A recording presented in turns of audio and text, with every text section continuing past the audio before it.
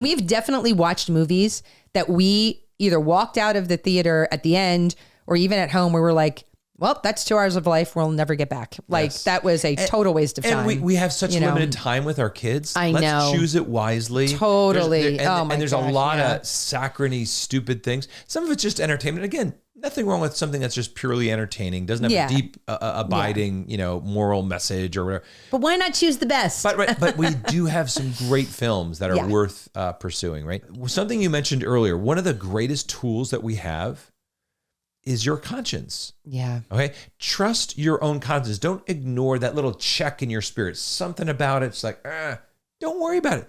Go with it. Hey, something just doesn't, I don't know. You might be wrong, but I guarantee you there's never a problem avoiding something that you're a little concerned with. Trust your gut and your conscience. I just want to reiterate that because there have been times definitely where I was just like, I don't feel great about this movie. And then we would watch it anyway. And I'll be like, why did I do that? Yes. And part of it is our own laziness as parents. Don't be lazy. And don't be like us, please. But really especially because there are so many tools online. We have so many streaming services now. There's always a better movie around the corner. That's right. That's right. And that's one of the reasons we wanted to have this and make up a movie list for you guys. So if you are like, oh, what movies should I watch? What are good? We want to give you some ideas. Yeah.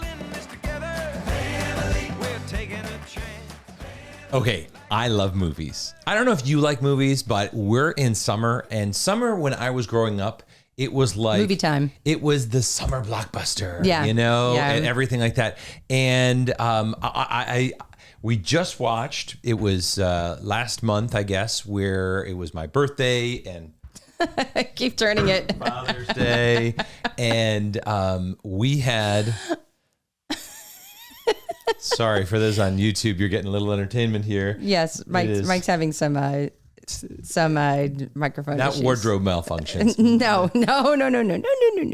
Anyway, but we were watching one of my favorite movies, Indiana Jones. Yeah. We chose to go Last Crusade. It was nostalgic for me. Movies brought me back. We grew up going to the drive-in movie theater. Yeah, drive-in movie theater. Both of us, like I remember seeing Empire Strikes Back in the drive-in and Return of the Jedi in the drive-in movie theater. And we actually had a drive-in movie theater here in Steubenville up until like 2 years ago. Was it? Yes. It just closed down. Oh my gosh. And it's just so much fun. But I think that movies we want to talk about movies with kids because there's pitfalls, there's challenges, there's issues. And we've had some people ask us, questions over the years. And I think we have like everything, we have definite opinions about movies and how do we decide what are good movies for our kids and what things we just wouldn't allow them to watch. What we get concerned with and what we don't stress out about. Yeah, exactly. And some things you may expect and some things you may not expect. That's right. That's right. Well, and we're in the midst of summer and just want to, before we get into the kind of the meat of the conversation today, just really want to encourage you as you look at this summer, just make the most of your time with your kids. We talked previously about the Play and Pray Challenge, but it's just like this summer, just waste time with your kids. Yeah. Find some activities. That's what we're planning on doing. Yeah. And something that we have been convicted of probably more in the last 2 years, more than in the past, is the importance of delighting in your kids. Yeah. And so that's just our public service announcement. Use this summer as an opportunity for you as a mom, as a dad, to waste time with your kids. Yeah. And showing the Father's delight by your delight in them. And I do want to tell you about one event, actually two events probably. One event is the Rura Woods is an organization that provides theology of the body curriculum for all over the country for schools and trains teachers K through 12 to really rejoice in God's creation, in God's goodness, and in our gift that we can make of ourselves to other people. And we are the speakers at their annual gala, and it's in Cincinnati, which is really cool because we have kids who live there. But if you are in that area, go and support. Rural Woods is an excellent organization to support, a wonderful organization to support. They are doing God's work. And they also have a psychological services arm providing counseling, even virtual counseling. Okay. And our daughter actually works there as a counselor. I'm very proud of her. But that's one. And the other thing is, if you have not signed up for one of our getaways yet, go check that out. We're going to the Bahamas I know it's hot right now in the middle of the summer, but when it's winter and cold in January. Now for what you're doing this winter. We are going to Sandals. We are going to Sandals in the Bahamas, and it is going to be absolutely amazing. And next September 2026, we're going to Austria. So any Franciscan alums out there who want to return to Austria, we won't be in Gaming, but we will be close. And we are planning a trip out there probably to go to Gaming. But if you are interested joining us in Austria for a very, very special European getaway, go check it out right now. The Austrian getaway is really cool because it's being hosted by the International Theological Institute. Yeah. And because that was inspired and founded at the encouragement of St. John Paul II. Yeah. And it really focuses in on their training there on marriage and family studies. Yeah. And so we are excited to be going partnering there with them. And it's going to be a great time. If you've never been to Europe, or if you want this, we have some amazing things that are part of the Austrian getaway that we've got planned. Anyway, fun. so you can check that out at CatholicCouplesGetaway.com. And bring your friends. That's right. All right. So movies. Let's get into movies. Okay. So I want to kind of start with some big ideas or big picture things, right? There can be a false dichotomy that we put up. Okay. Meaning movies are bad, or movies are corrupt, or everything out of Hollywood is because they're secular. Because they're secular. Okay. And because there are a lot of movies that are gross or whatever.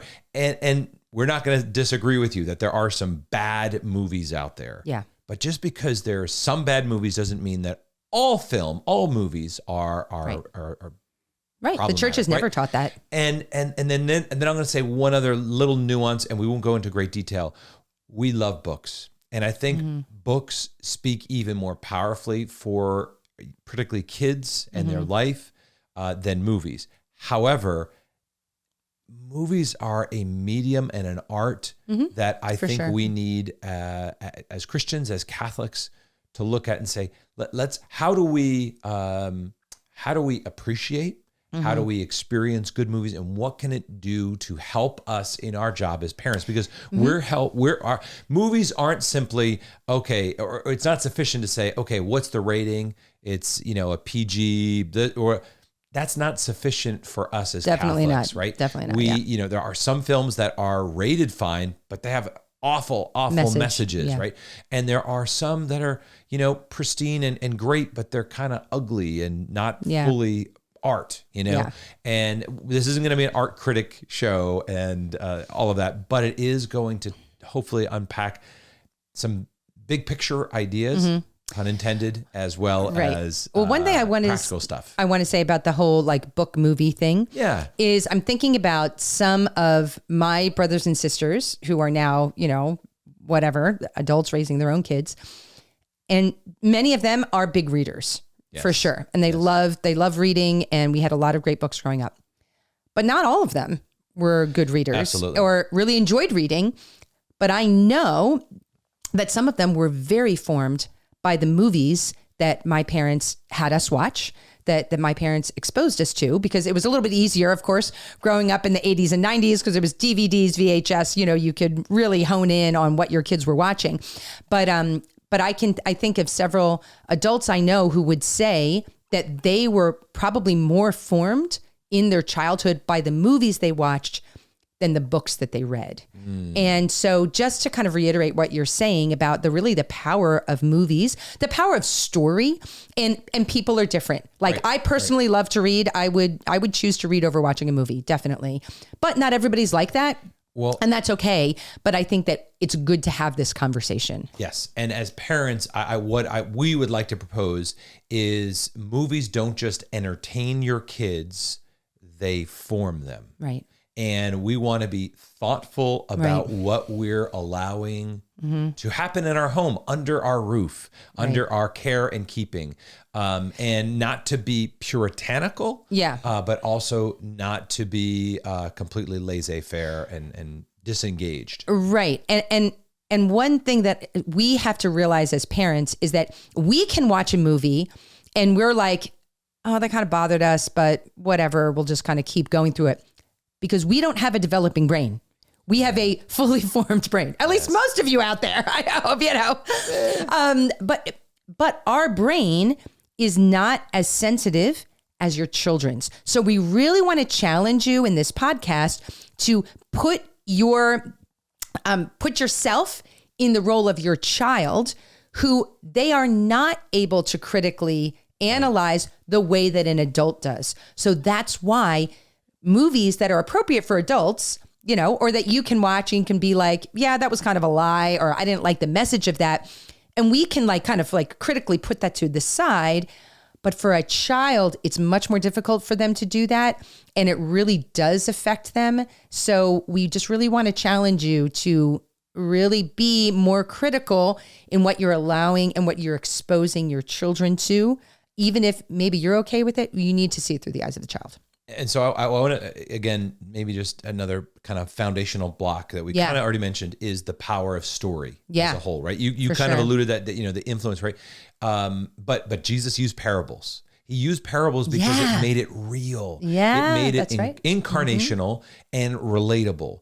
And I know from so much of my work, when I'm able to tell a story, it automatically I'm a pretty good storyteller, but but people who are storytellers can captivate you, right? Totally, yeah. And when you think about, like, again, and there's a primacy of a book in many ways in telling the story, because it actually unlocks an imagination in your heart where you know, something might be actually more scary in a book because of your imagination than even what you see on the film for some people. I have definitely read books and then was like afraid to walk downstairs because I was so creeped out. For sure. and there's something about art and beauty that just impacts you. It comes to your soul, right? Yes. It really hits you. And I feel that when I see a beautiful church or beautiful art or music, that's just, but there's something about story that draws you in. And we have to be very thoughtful about that, because we are influenced. We said that it doesn't just entertain, it forms. Yeah. And we need to be very mindful of that, because it influences the imagination. So it doesn't just, like, I think we all get the idea that if you watch over and over again movies about cursing or movies about violence, you know, you may have that quick reaction. It may not turn you into a serial killer, but it does influence your behavior. And you'd be foolish not to say that. There's tons a desensitization. It sets you up, but it also goes beyond that into your imagination.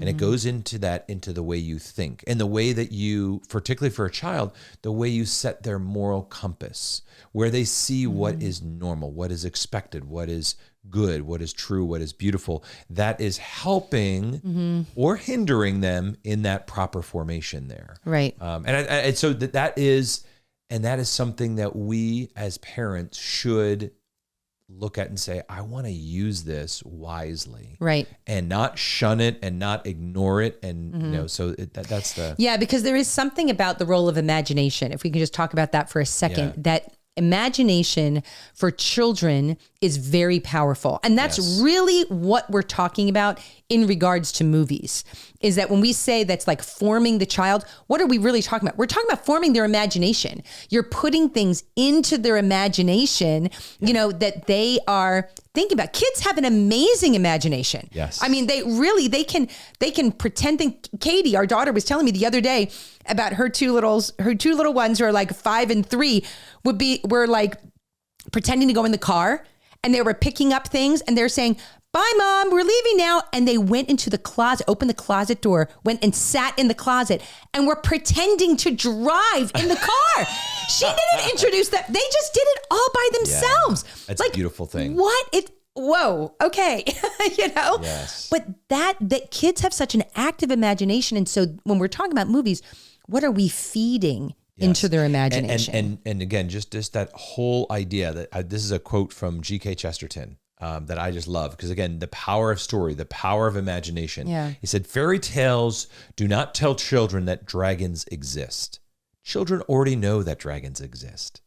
Fairy tales tell children the dragon can be killed. That's right. And when we, flip the script, if we look at this in a very different light, for the power that this has to unlock within ourselves, we can be inspired, encouraged, but particularly for the moral imagination, the Catholic, evangelizing the imagination of our kids. Let's approach this not from a kind of I've already said this, but let's not just have a knee-jerk reaction. Let's think about how this can be capitalized to our advantage in our role as parents. Right. Yeah, because the whole idea of discernment of the lesson that is being taught, because like that whole idea that about dragons, like that dragons exist, and because what kids what they're forming is a moral framework. Right. They're forming a moral framework for how do I see the world? How do I approach the world? How do I approach the world?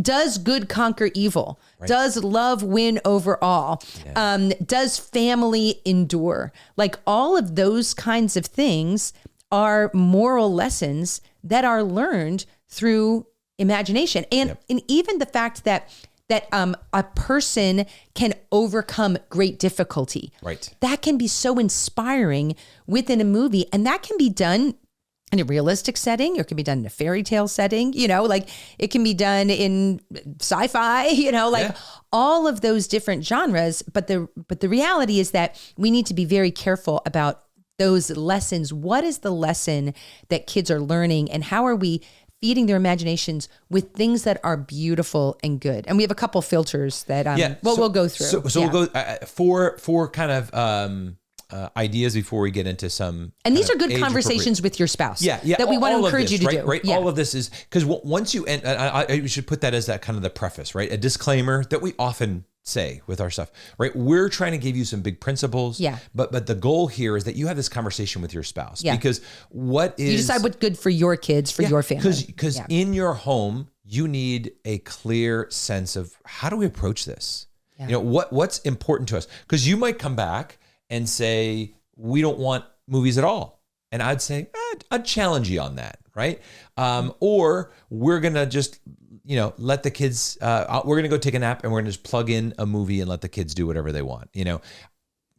We want you to be at a place where you are in a united place with your spouse. And how do we discern and how do we use the media? How do we allow films into our home? So we really need to get beyond simply that rating. Like I said before, that's not sufficient for us. So the first thing though is content, right? What is in it? Well, on a very surface level, is there violence? Is there nudity? Is there language? Is there disrespect? Is there what's involved in this production, in this film that we're allowing our kids to see? Because you're not going to allow your little kids to have a movie like The Godfather, right?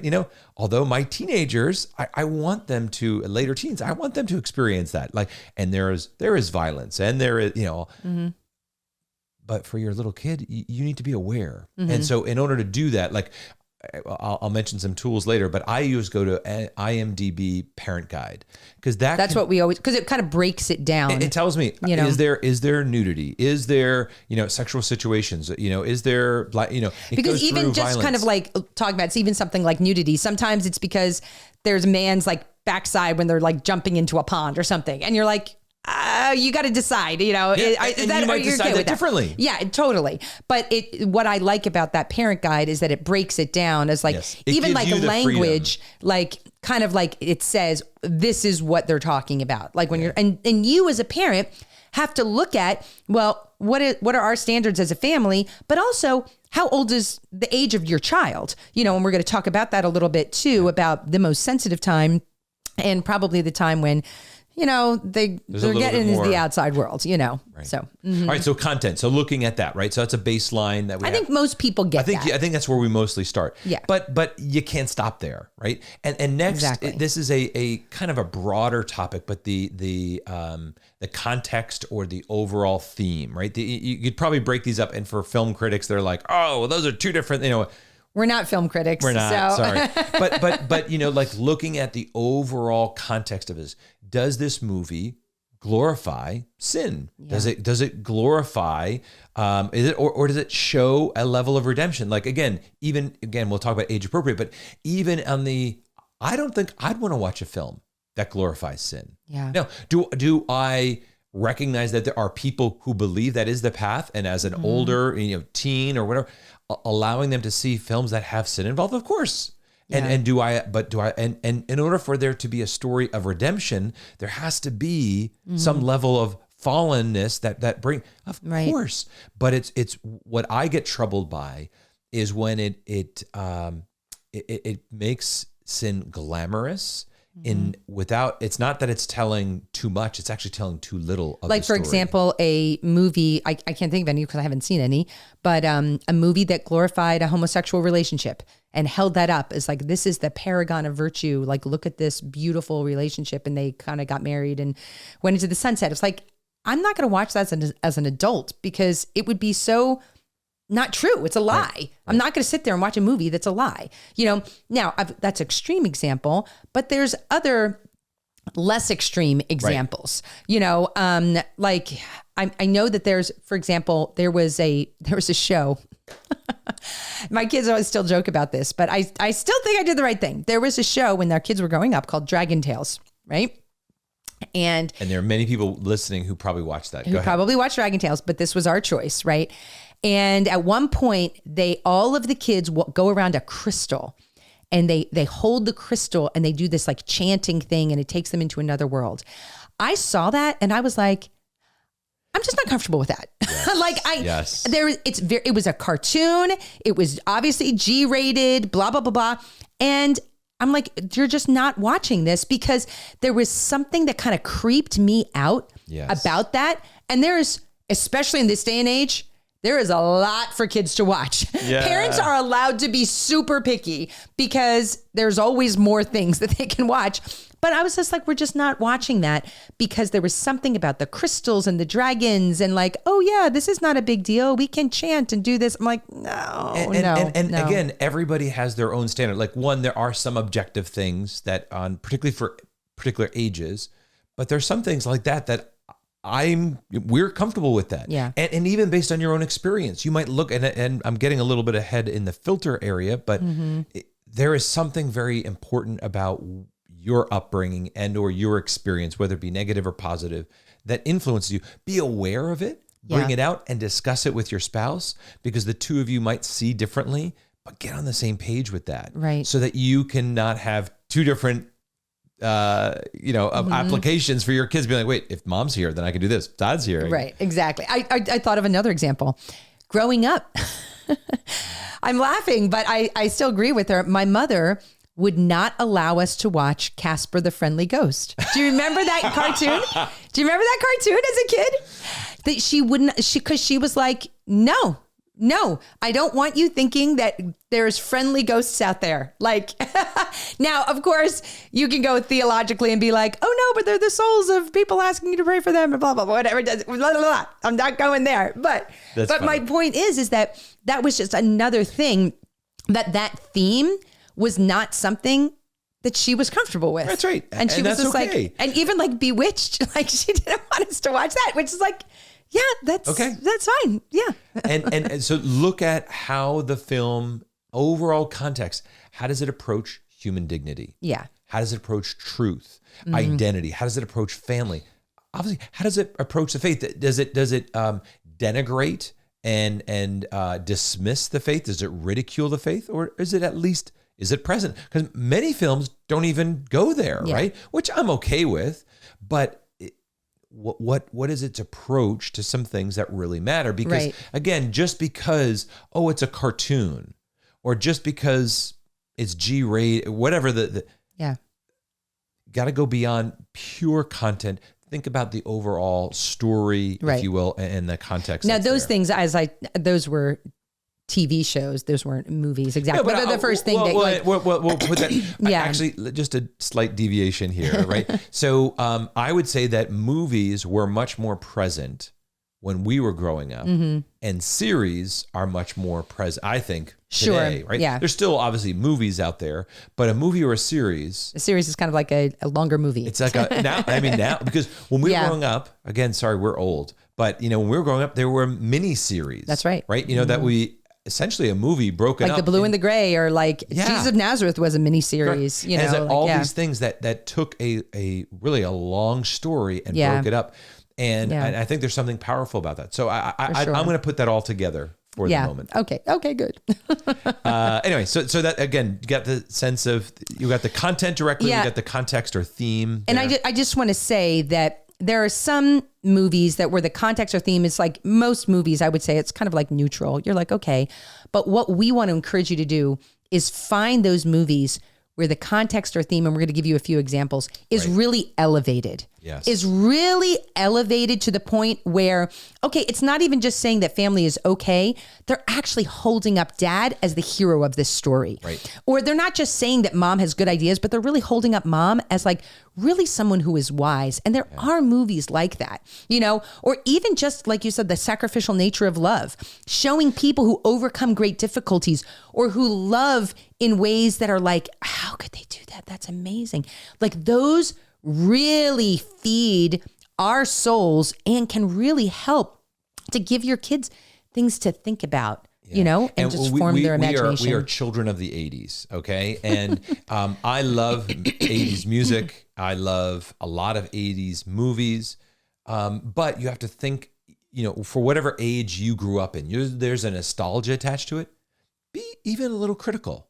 And like, what does that movie, again, it may not be the main storyline, but in the background, are they all dismissing their parents? Yeah. Again, that's a pretty standard trope in a lot of movies, the coming of age movies or whatever, that they're breaking free. And again, there is some level of truth of, independence that come with that. But what is it sending, that message? Is it, how is it respecting the role of the parents? And is the mom or the dad, often the dad is the doofus dad who is disconnected. And again, I'm not saying that isn't the case in our lives, that we've experienced it. There is truth behind that, but still, like, what is it really communicating? Another movie from the 80s, Footloose.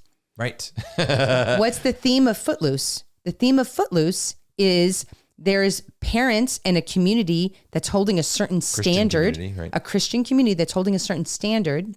And then this kid comes in and basically introduces this evil of dancing, to all of these kids, and all of the kids rebel against their parents, and they enjoy life to the full now that they're all rebellious. Yeah. And again, that was a movie that my parents looked at and were like, I don't think I've ever even watched the movie, but I know about this story. That was my life story. I was supposed to do this.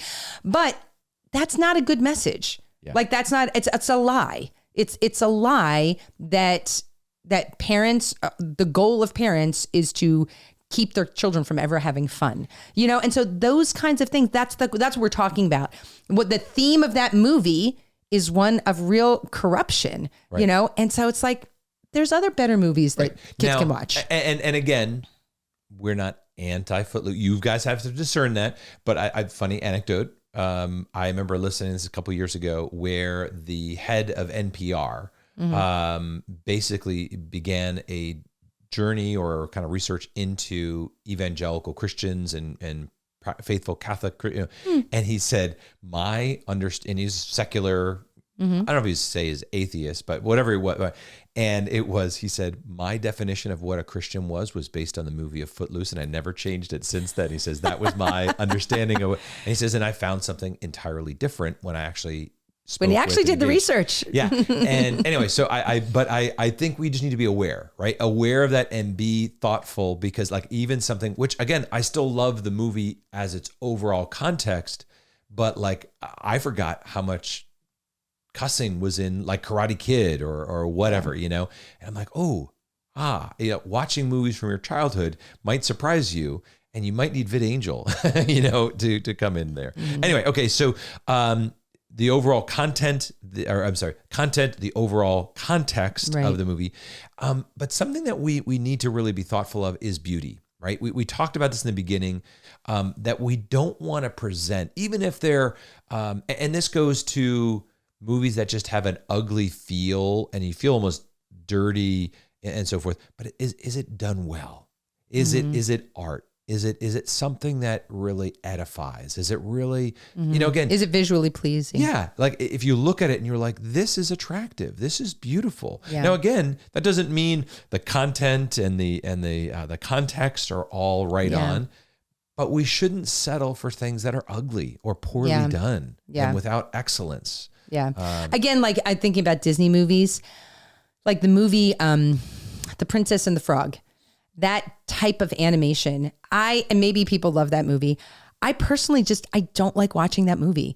Hercules, that type of animation, it's just slightly distorted, and the colors are very dark, and like that's the kind of thing that, again, that's like a personal preference. But guess what? If I'm the mom in the home, I'm not going to prefer that my kids watch that because it's my prerogative as the parent, maybe other people don't care, or even like some of the music in this movie, it's just not great, And so those are things I would describe as not visually beautiful or pleasing, as opposed to something like The Princess Bride, or even some of the newer Pixar movies, of course, like Toy Story. Why do people love that? It's the animation is just like amazing just to watch it, or like the old school Fantasia, right? That was stunning. That was beautiful, both musical and right. And not meaning that it all has to be light colors and whatever, but just visually pleasing. Right. And that's something that I personally am very sensitive to, and that I want to have my kids looking at beautiful things.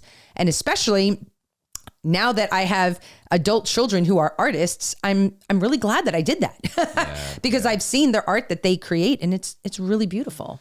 And the last thing, and again, we don't want to belabor this too much, but again, as you look at the films, as you look at these movies, also think of the character arc. Yeah. Like where is the story of the main character or characters going? Where's the arc of that story? Kind of like, what's the lesson that they are learning? Are these characters that your children on? Yeah, what's their journey? Are these characters that your children will be able to see themselves in, that they can learn from?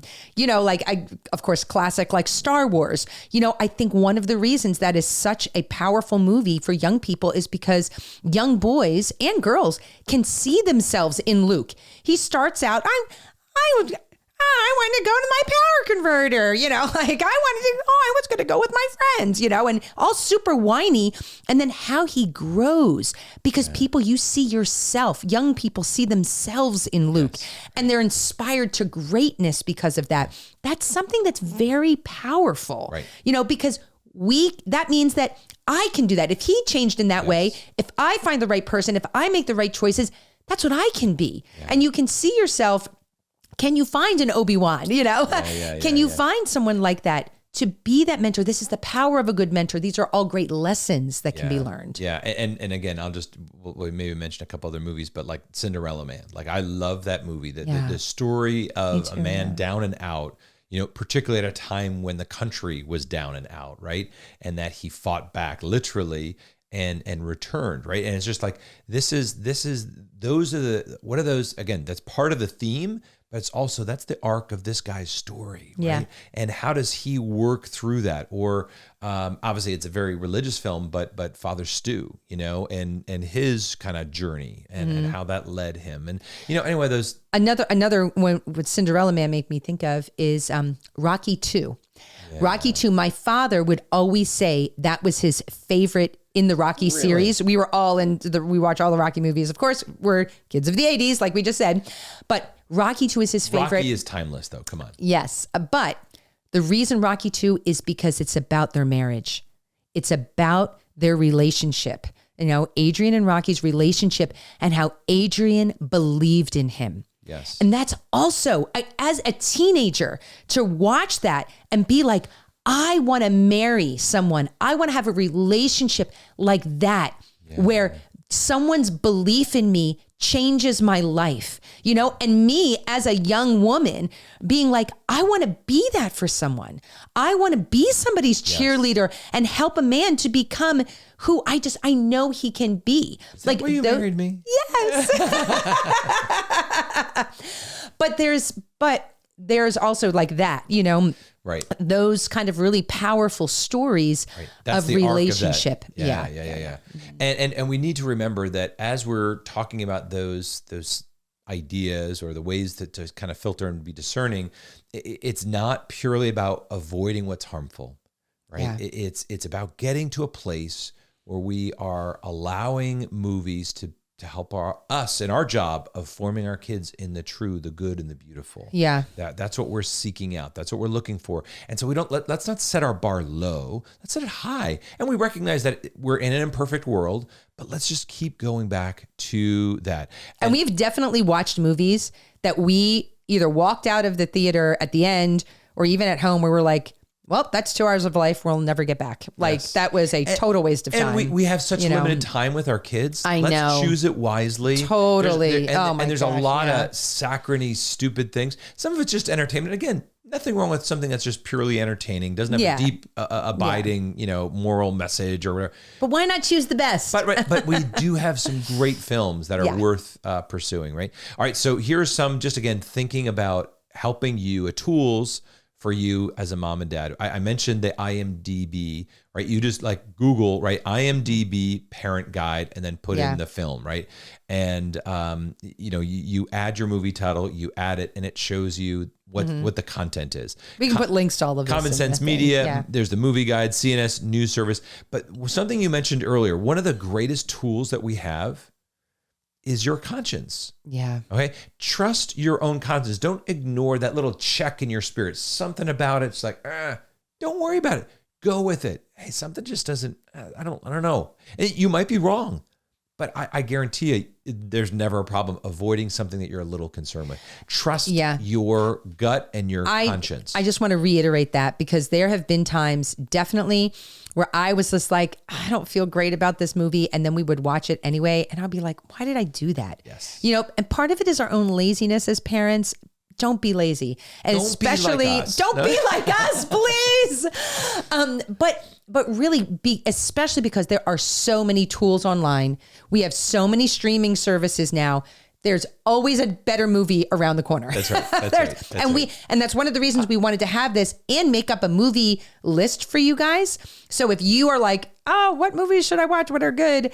We want to give you some ideas. Yeah. And I'll as we get into the kind of the next part, I remember talking to a guy who was a actor in Hollywood, and he was talking about for his kids. He's like, I wish there was a place that I could easily go, like a Netflix that just had and I think they actually have done quite a bit in the last handful of years of just having some good classic movies. Yeah. That aren't necessarily, I don't know how I don't know how the timing works, but they're older, but they're still just good and enduring. And it is sometimes a struggle with some of our younger kids at watching some of those, but it's worth it. And make it a part of your The kids have a hard time with the black and white sometimes. And also some older of the ones don't seem to, like our other, some of the other kids. Or some of the dialogue. It's like, guys, you got to listen to this dialogue because the dialogue is really funny, but it's so like deadpan and quick. And so you got to kind of ease them into it. Right. Can you set up for us at least I thought it would be helpful just to kind of, we've talked about this before, but like we want to make things age appropriate, and a good framework for us is Montessori, Marie Montessori's view of the planes of development. Right. So there's 3 planes of development. We're going to talk about 0 to 6. Okay, those are your little guys, right? Big change happens at 6 to 12, right? We're going to talk about movies for 6 to 12-year-olds in this last, whatever, 20 minutes. And then you have your 12 to 18, your teenagers, considering that 18 and up, they're going to watch what they're going to watch. And you really shouldn't be telling your 19-year-old what your to job in general is substantially done. Right. They're going to, whatever. They're going to do what they're going to do. Okay. So, and each one of these, the reason we're breaking it up this way is, as many of you know, is because all children are not all equal. You cannot have the same rules for a 5-year-old as you have for an 11-year-old. It's not serving the 11-year-old or the 5-year-old. Right. You know, you can't say, oh, I'm going to treat my teenagers and just have them watch Winnie the Pooh, you know, or whatever. Right. No, there's definite standards and periods of sensitivity in each one of those planes that you need to be aware of. It makes it challenging when you have kids of a large spread. Yes. We get it. I was talking with my sister, Anna, who's the youngest of 10, and my daughter, Claire, last night, who's also the youngest of 10.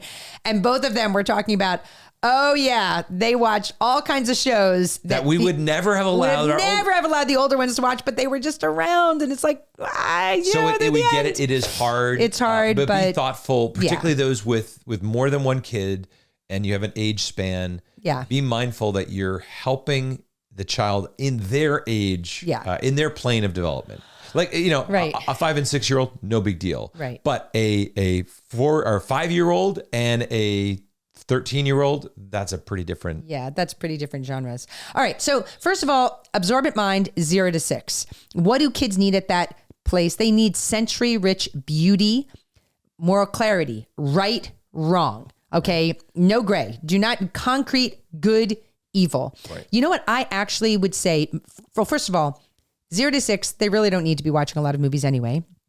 But I will say that I would tend to want my children to watch realistic movies. What's that movie, The Babies? Oh my gosh. There's a documentary called Babies. Right. Just look it up, you guys. It is the cutest thing you have ever seen. It's basically following 4 different babies from around the world from birth. And my kids used to watch that all the time. We used to watch Riverdance, which is just Irish dancing, Irish step dancing. Because we want to indoctrinate our kids. We would watch just realistic shows that talked about real people. We're on the realistic. What's the story? Like the nature, like the God's Earth, or the gods must be crazy. No. It was the Earth, the Planet Earth. Planet Earth. Yes. Yeah. Just talk nature shows, those kinds of things. But I was on the real things. But there's obviously there's plenty of animations, right? That are I mean, when we would have certainly. I mean, the kids watch cartoons. Yes, definitely. Yes. We watch movies. You know, you got your regular Disney, blah, blah, blah, blah. I don't want to spend a lot of time on that because the little ones are pretty easy. But you want to develop and cultivate this sense of wonder. You want to create a sense of awe in them, right? You don't want to make things dark or where you're 0 to 6. That they're the reason they call it the absorbent mind is that they're soaking in their environment. Is this safe? Is this what is true, good, beautiful? Like in a very kid level. You want to bring them that in there. I would stay away from like sci-fi kind of stuff and just keep it to like real shows about like, even though like Toy Story is obviously toys don't really come to life, but it's set in like a real home with real people and all of it, and toys those kinds of things. It's like that I think is a little bit more appropriate than something like WALL-E, which is like set in like, it doesn't really happen. It's totally unfamiliar place, you know? Yes. And Winnie the Pooh, right, is, 100 Acre Woods, like real animals, all of that. Imaginary. Cute little thing, as opposed to like something like Teletubbies is the first thing I come to my mind. You know, it's like, I mean, our kids watch Teletubbies sometimes, but it's like, well, that's not like, that's more like in the sci-fi realm, which isn't necessarily appropriate for under 6. How about Bluey? Yeah, see, Bluey, but still, that's like a home, a family, like, you know what I mean? That's what I mean, but that's good, right? I don't know. It's like, I don't think it's as bad because it's within their frame of reference of family, school, home, all of that, even though they are dogs, right?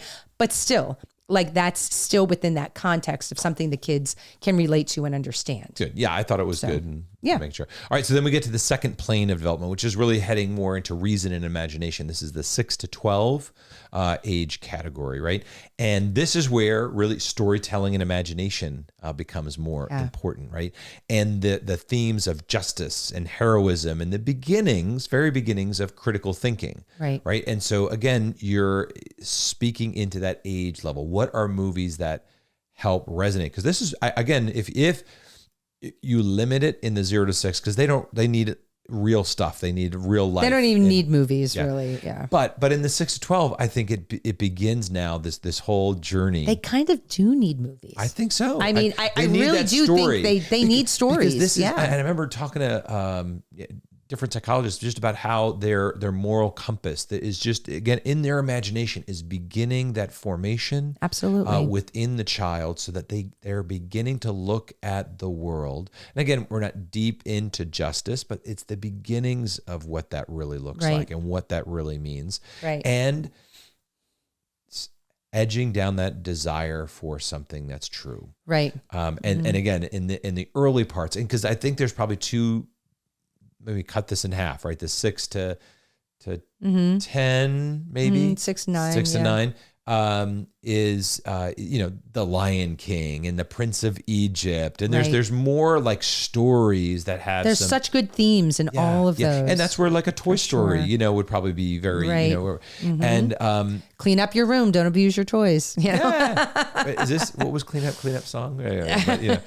But there it does slip into something different when you're in the 9 to 12 part of this plane. And that's that I think we often talk about that as the golden years, because there's something very potent. So I want to just zero in on that for a little bit. So 9 to 12-year-olds and anybody who has kids this age, this is the age of hero worship. Yes. Hero worship. They get into sports figures. They get into even biblical characters or historical characters or real life people that they see, or characters in shows or movies that they watch or whatever. And so they need that, especially boys. All kids in the 9 to 12-year-old, they need that, but especially boys, they need examples of heroism, of people who have overcome. And it's really good. You want to feed that. You want to feed that with so many good movies that we have. Good movies, good books. Like we talked about books before, but because we're talking about movies now. But I think that really matters.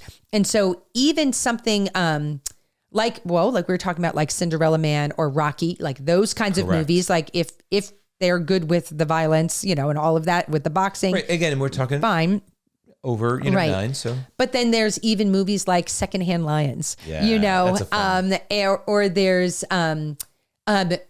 the Iron Will, about this boy who does dog sled racing, to raise money for his USA, family. Or some of these other movies where particularly they're kid oriented, but they're aiming towards people who overcome. Right. And there's a hero involved. And some of the biographical picks that are like good quality, they're telling the story of somebody who was amazing, did some great stuff. And again, they're probably not fully into the cause as much as they are into the hero.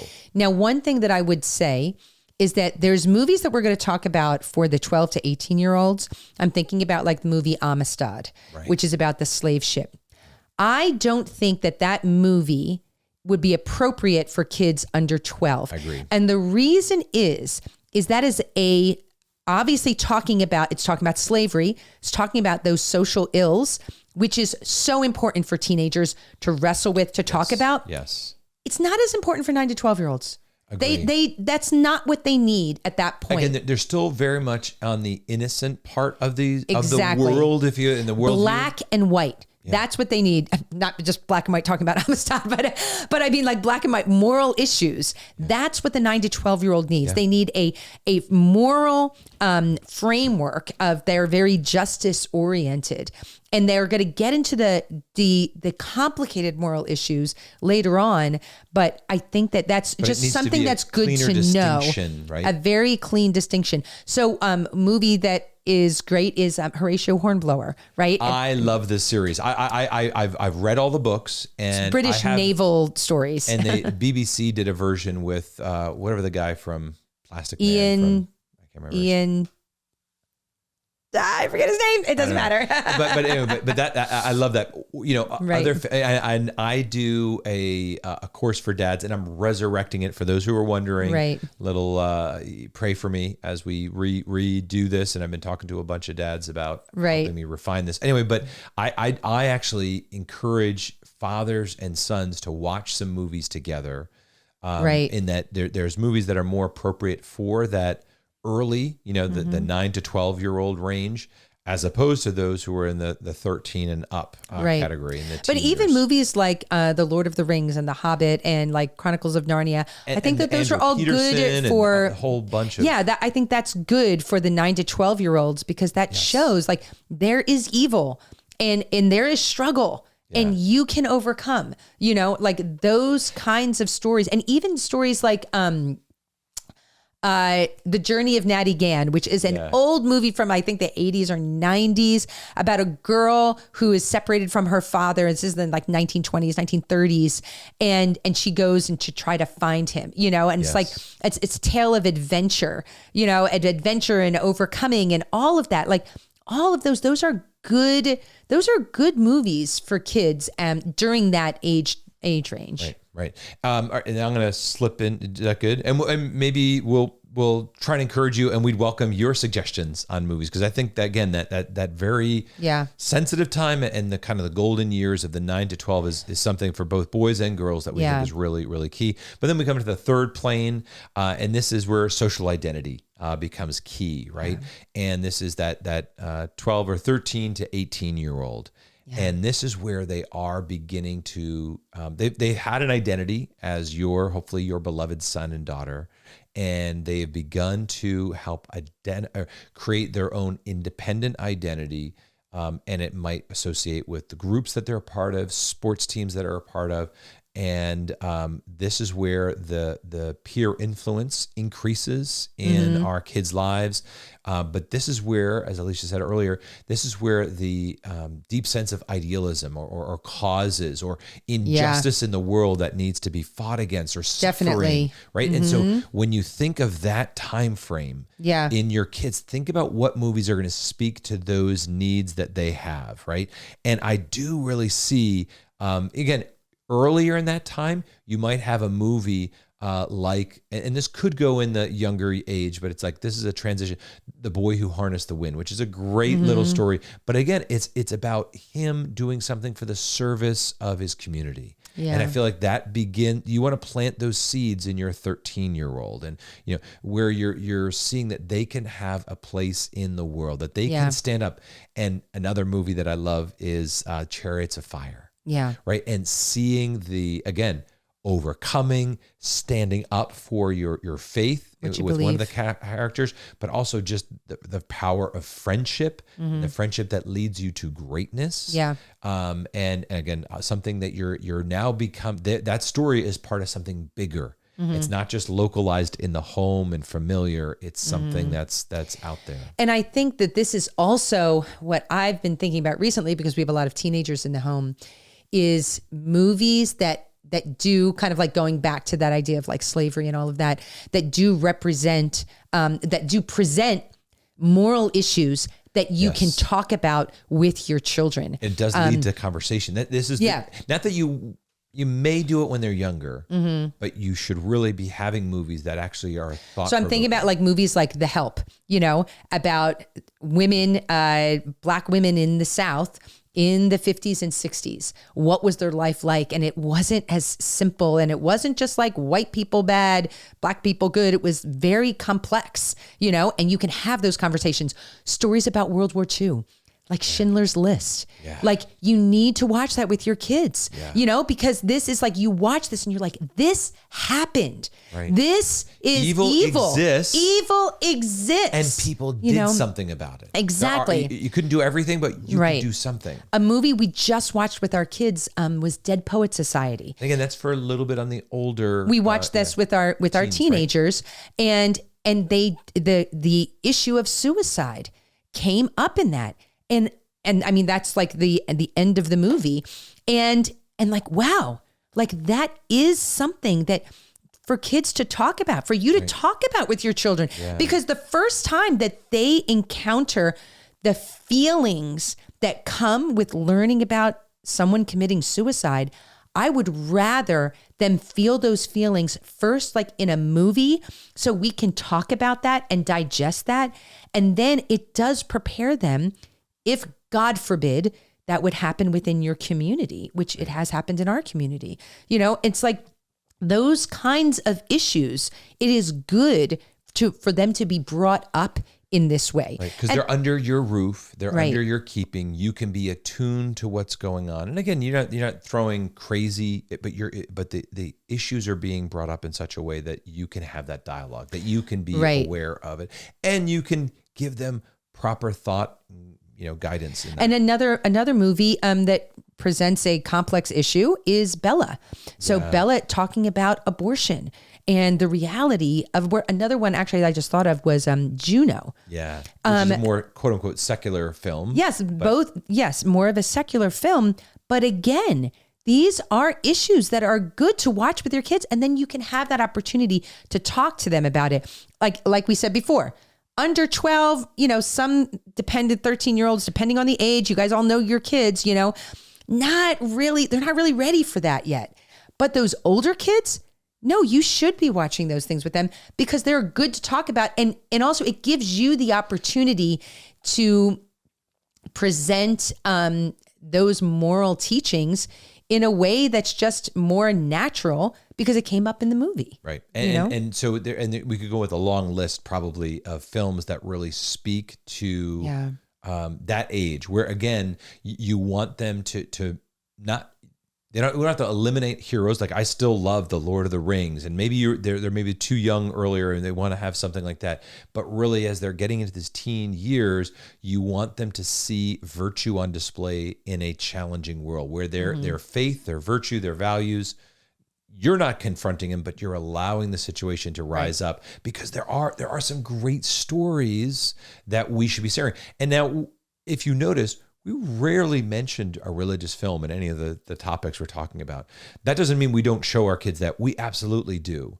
But we're kind of making that assumption that you're already sprinkling that stuff, if you will. Well, all right. So two thoughts.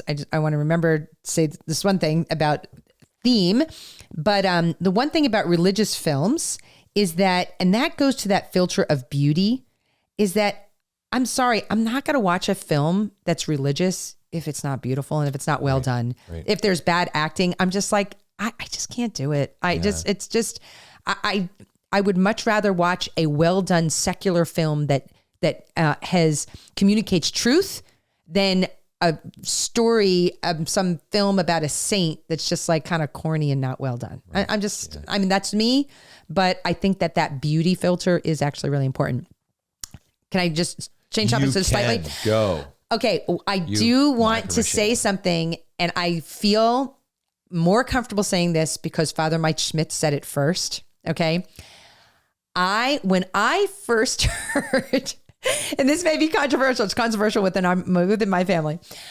When I first heard about the play Wicked. Oh, here we go. When I first heard about the play Wicked, I was like, yeah, no, I don't think so, we are very big theater people. All of our kids have been to the theater. We listen to musicals. We love the theater. Never brought my kids to Wicked. When the movie just came out, my older daughters are now like, Mom, why have we never gone to see Wicked? Blah, blah.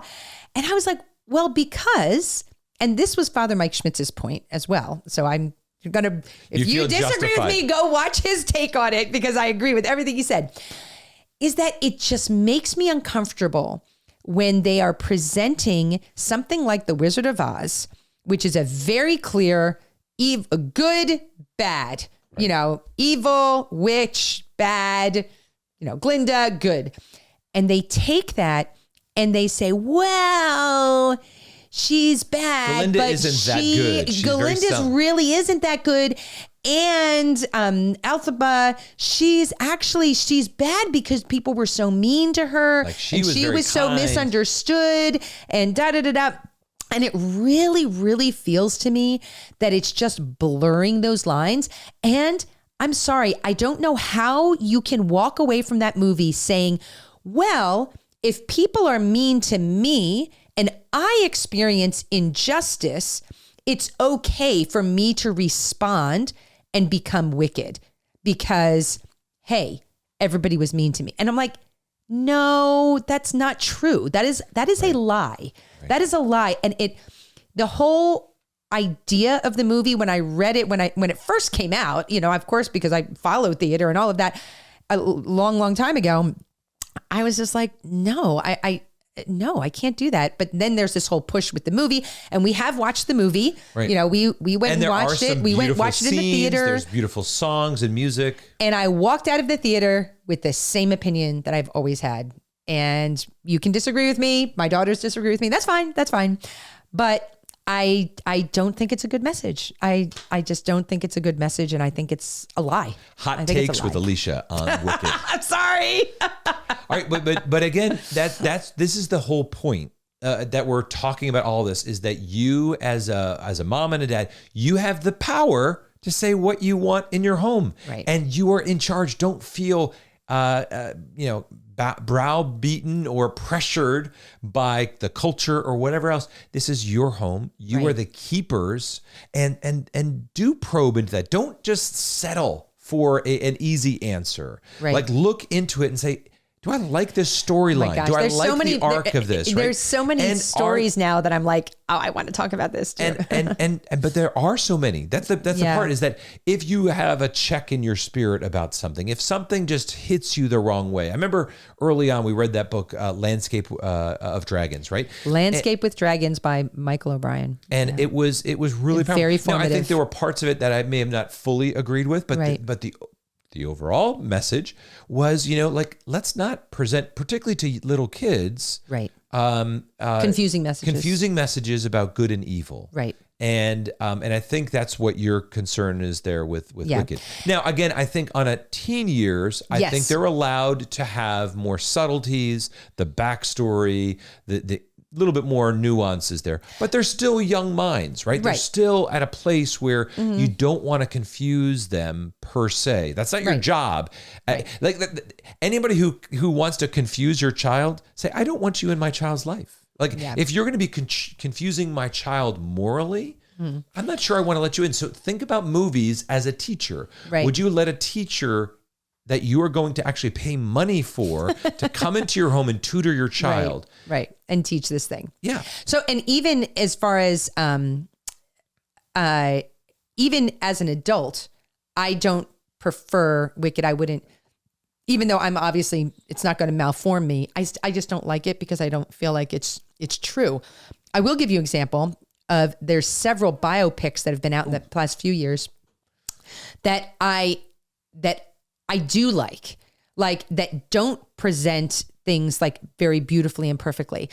One is Bohemian Rhapsody. I was thinking of Queen too. The story of Freddie Mercury. Not for your young kids. This is for teens. No, I think teens, right? Because now in the end, and they do talk about obviously his bisexualness and all of that, but it's presented in a sympathetic way, yes, of course, because it's the secular world. But they show it. Yeah. They show the destruction of his choices and how the other band members were telling Freddie Mercury over and over again, "You're making poor choices. Like, we're your family. We love you. We're here for you."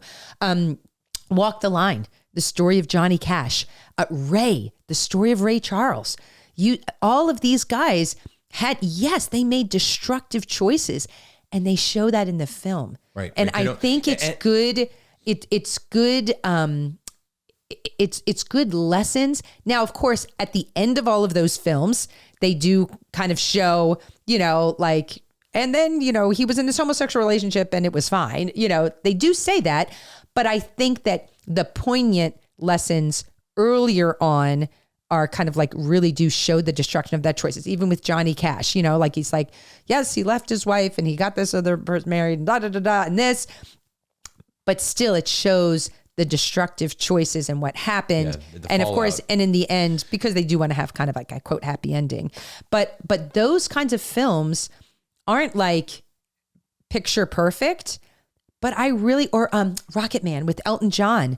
Oh my gosh. Oh, that's just heartrending, just reading about his life. Older side. I'm not sure. All of these, that one. Yeah, all of these, of course, are older teens, but they bring up and they show people's choices and how destructive they can be. And I feel like it's presented in a pretty honest way. Yeah. And I also, and keep intermixing into that age time frame, the teen years, things like Invictus, and infuse stories where there is that heroism dealing Gladiator, with, The Robe, they're dealing with a world, and they're standing up for what's true and good and beautiful. Like don't dismiss those opportunities to share that, and then don't think that movies are the sum total of your work, right? This is part of it. It is an important part. And I would encourage families to think about, what is some of our traditions in our home? Do we have every now and then a movie night where it's really fun and kids enjoy it? But also, are there traditions that we'd want to instill? Like, hey, around this season, we watch a movie like this. Like, I love Top Gun. I thought that was so great, but it was like a summer movie when the new Top Gun came out. Whenever that was, that last year. I don't remember where that was. Yeah. But like, we all went to the movie theater. We don't go to the movie theater very often together, but we did, and it was just fun, and it was good, and it wasn't, But then there might be movies that are really poignant, like maybe you watch, like our family, It's a Wonderful Life at Christmas time, right? There's just something, and it's like National Lampoon's Christmas Vacation. We watch that every year.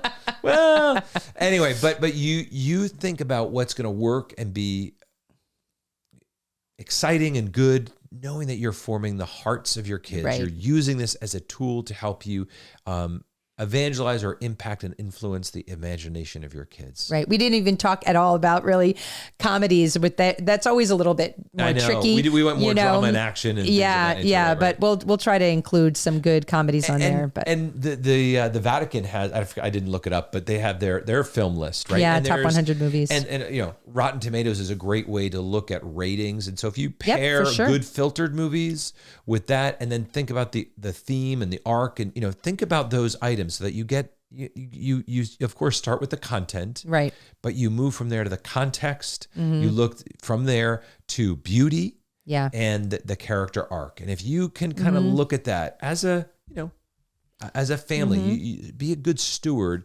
of what's being allowed, what's being procured in your home, and make sure that you talk about these movies with your kids that bring up these themes. They're very, very important teaching tools to do with your kids. And there's so many choices out there. You guys have way more choices than we had raising our family. But anyway, and enjoy. And maybe you disagree with some of the things that we said. Sure. You would never let your kids watch a movie, which is totally fine. That's maybe there's movies that we left out, but that's something we can certainly talk about on our member site. I'd love to start a movie recommendation list on the member site. Yeah. Okay. All right. Well, maybe you want to close with a Sure, I'll pray. Yeah. In the name of the Father, Son, Holy Spirit. Amen. Lord, we just thank you for the great creativity of those in the movie industry. We thank you, Lord, for the way that they communicate truth and goodness and beauty, and help us to find that, Lord. Help us to find that. Send your Holy Spirit upon us as we just become as wise as serpents and as innocent as doves in this world around us, and that we can really take what is good and leave behind what is bad as we navigate this world and seek to raise our children to follow you and to love you. Thank you, Lord, for each one of these parents, and bless them and keep them. Amen. Amen. Amen. Father, Son, and Holy Spirit. Amen. And again, until next time, may the Lord bless you and keep you.